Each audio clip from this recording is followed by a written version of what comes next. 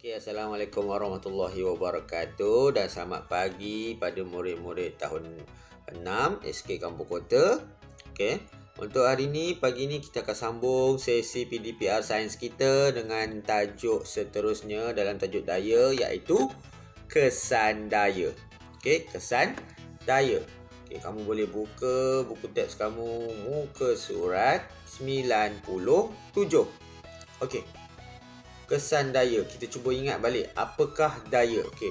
Kalau minggu lepas kita belajar, daya ialah tarikan atau tolakan yang dikenakan pada sesuatu objek. Maksud daya. Okey. Tarikan atau tolakan yang bertindak ke atas sesuatu objek. Okey, jadi daya itu maksud daya. Kemudian dia ada dua jenis daya. Daya tarikan, daya tolakan. Okey. Jadi hari ini kita nak tengok tentang kesan daya. Okay, apakah yang akan berlaku pada sesuatu objek yang menerima daya? Okay. Kita baca sini. Kamu akan merasakan daya apabila tangan kamu ditolak oleh rakan kamu. Okay. Kita letak tangan, kita pegang tangan kawan kita, kita cuba main tolak. Okay, kita akan rasa daya tu. Okay. Perhatikan kesan daya berikut. Okay, sebelum tu kita tengok yang murid lelaki tu cakap apa. Daya tidak dapat diperhatikan. Okay, tetapi kesannya boleh dirasai atau dilihat. Okay. Waktu kamu tolak, kamu tak nampak pun bentuk daya tu macam mana. Kamu tak nampak pun daya tu dalam bentuk petak ke, bulat ke, apa ke, kamu tak nampak. Tapi kita boleh rasa. Okay? Dan kita kesannya kita boleh lihat. Okay? Kita boleh rasa kesannya, kita boleh lihat kesannya. Okay? Jom kita tengok kesan daya yang pertama. Okay? Daya mengubah bentuk objek. Tengok gambar sebelum. Okay. Sebiji botol plastik, botol air mineral plastik, okey, dalam keadaan bentuk silinder. Kemudian kamu beri satu daya apa ni? Kalau menekan ke bawah ni daya apa? Ini daya tolakan. Okey. Apa yang berlaku pada objek tersebut? Okey. Dia telah berubah daripada bentuk silinder yang meninggi, dia menjadi lepeh, menjadi kemik. Okey. Maksudnya bentuknya ubah. Okey. Daya mengubah bentuk. Itu kesan daya yang pertama. Daya mengubah bentuk. Okey, nanti kita akan tengok beberapa demonstrasi ringkas, okey, untuk menunjukkan kesan daya. Tapi ini yang kesan pertama, mengubah bentuk objek. Okey. Kesan yang kedua. Okey, tengok.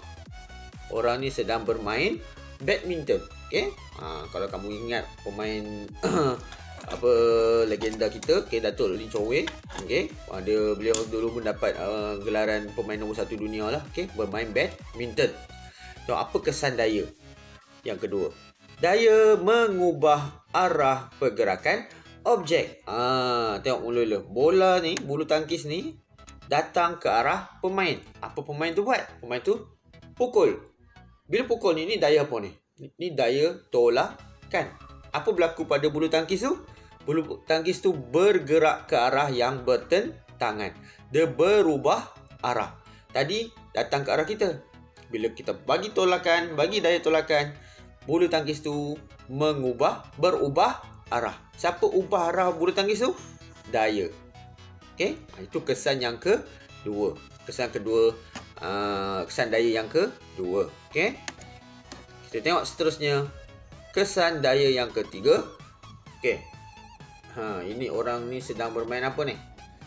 Bermain bola lisut ataupun bermain baseball. Okey, penangkap bola. Mereka guna sarung tangan. Okey, ada pemukul bola. Yang pemain yang pemukul bola tu dia pukul bola. Bola tu terbang. Okey. Pemain yang tugas menangkap bola ni perlu tangkap bola. Apa kesan daya yang terlibat? Okey. Daya memberhentikan objek yang bergerak. Okey, tengok. Sebelum bola ni sedang bergerak. Okey, sedang terbang, nak jatuh ke tanah. Kemudian ada tangan. Sarung tangan, okey, ada pemain yang bertanggungjawab menangkap bola tersebut, dia hanya tahan. Bola tu datang kat tangan dia, apa berlaku? Bola tersebut terhenti di sarung tangan penangkap bola. Tapi tu daya apa tu sebenarnya tu? Daya menahan tu. Okey, bola datang dari depan. Tangan tu kita letak sini. Apakah daya yang kita gunakan? Adakah daya tarikan atau daya tolakan? Sebenarnya sarung tangan tu, tangan pemain tu dia mengenakan daya tolakan. Dia berhentikan. Okey. Kalau daya tarikan, adakah bola tu boleh berhenti? Dia tarik. Tak boleh berhenti. Jadi dia kena bersedia dengan daya tolakan. Tapi bukan kuat. Kalau dia tolak balik, bola tu ubah arah. Jadi kesan daya yang nombor 2 ni tadi. Jadi tu daya yang ketiga ni, kesan daya yang ketiga ni, daya tolakan tu hanya perlu diberi sedikit sahaja untuk menahan, untuk memberhentikan objek yang bergerak. Okey? Faham? Okey. Kalau yang pertama tadi daya tolakan, kesan daya tolakan juga. Okey, yang kedua ni pun daya tolakan juga. Okey, yang ketiga ni pun sebenarnya daya tolakan. Okey. Tapi dia bagi sedikit sahaja supaya objek bergerak tu boleh berhenti. Okey. Itu dah 3 kesan daya yang dikenakan pada objek. Okey. Tengok kesan daya yang keempat. Okey. Main kereta. Okey, main kereta mainan. Apa kesan dia? Daya menggerakkan objek yang pegun. Apa itu objek pegun? Pegun tu maksudnya sesuatu objek yang mula-mulanya tidak bergerak. Okey, dia berada dalam keadaan yang statik, yang pegun. Kat situ saja, tak bergerak. Kemudian kamu tengok apa yang individu ni buat. Dia bagi apa? Dia bagi daya tolakan. Apa berlaku pada kereta mainan tersebut? Kereta mainan tersebut bergerak ke arah daya tolakan diberi. Okey? Maksudnya kalau objek tu tak bergerak, kamu tolak dia, dia akan bergerak. Macam kamu main bola sepak lah. Permainan bola sepak, okey, kamu tengok setiap malam kan, Euro, okey. Bola sepak waktu permainan nak bermula di tengah-tengah padang, bola tu pegun atas padang. Okey. Bila pengadil tiup whistle, bermulanya permainan, okey, maka pemain bola sepak tersebut perlu menendang bola yang pegun tersebut. Jadi apa yang berlaku pada bola yang pegun tu? Bola pegun itu mula bergerak. Sebab apa? Diberikan daya tolakan. Okey, daya tolakan daripada sepakan yang dibuat. Okey. Itu kesan daya yang keempat. Okey. Kita tengok seterusnya. Ini dia. Kesan daya yang kelima. Daya mengubah kelajuan objek. Kita tengok bola sepak Euro kan. Okey. Ronaldo bawa bola yang disepak tu kan. Okey. Menggelecik. Bola tu sedang bergerak. Tapi lama kelamaan apa berlaku? Kalau tak diberikan daya, bola itu akan mula nak berhenti. Okey, bila tengok dah slow, Ronaldo sepak lagi bola tu. Apa jadi? Bola tu akan lagi berguling semakin laju. Tapi lama-lama dia akan perlahan balik. Lepas tu macam mana nak bagi dia laju balik? Okey, Ronaldo sepak lagi bola. Okey, itu dia. Sepakan yang dibuat tu memberikan daya tolakan.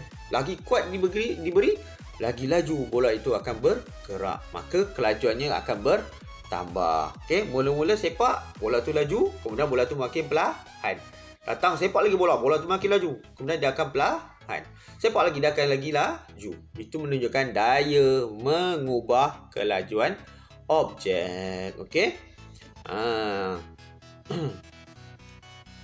Ini yang kita nak belajar, yang kita dah belajar pada hari ini tentang kesan daya. Okey. Nanti cikgu akan tunjukkan sedikit demonstrasi tentang 5 kesan daya ini untuk menambah kefahaman kamu tentang kesan daya. Okey. Sekejap lagi cikgu akan tunjukkan. Okey murid. Sekarang cikgu akan buat beberapa demonstrasi untuk menunjukkan 5 kesan daya pada objek. Okey. Kesan daya yang pertama tadi adalah daya mengubah bentuk objek. Okey. Cikgu ada satu kotak. Okey, kotak kosong. Okey, kita tengok bentuknya adalah bentuk kuboid. Okey, bentuk kuboid. Okey.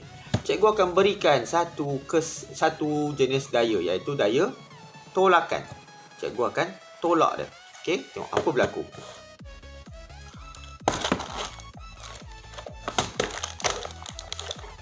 Apa berlaku pada bentuknya? Ini dia telah berubah bentuk. Okey. Bentuk objek tu telah berubah, tak jadi nak elok seperti yang asal, tak jadi bentuk kuboid yang asal. Okey, ini kesan daya yang pertama kepada objek. Okey, daya mengubah bentuk. Okey. Okey. Seterusnya tadi baru satu kesan daya, okey, iaitu daya mengubah bentuk objek. 4 lagi kesan daya ini kita boleh susun buat cerita. Okey, cikgu nak mula dulu dengan daya menggerakkan objek yang pegun. Okey, cikgu ada satu model kereta. Okey, cikgu letak atas meja ini. Okey, kamu nampak ianya dalam keadaan pegun, tidak bergerak. Okey, apa berlaku kalau cikgu beri satu daya tolakan? Okey, cikgu bagi daya tolakan dari belakang. Objek pegun ni, cikgu bagi daya tolakan dari belakang. Okey, tengok apa berlaku. Daya menggerakkan objek pegun. Okey, daya menggerakkan objek pegun. Okey, itu kesan daya yang kedua. Tadi yang kotak tadi tu, daya mengubah bentuk objek. Yang ini daya menggerakkan objek pegun. Okey. Yang ketiga, daya menambah kelajuan objek. Okey. Kereta ni tengah bergerak ni. Okey, tapi perlahan. Okay. Cikgu tambahkan daya tolakan dari belakang. Tengok apa berlaku? Okey, dia tengah bergerak. Okey. Bila dia makin perlahan, cikgu tambahkan lagi daya tolakan, dia akan bertambah kelajuan. Okey, lagi sekali. Kereta ni sedang bergerak tapi perlahan, cikgu tambah lagi. Okey. Dia bertambah laju. Okey.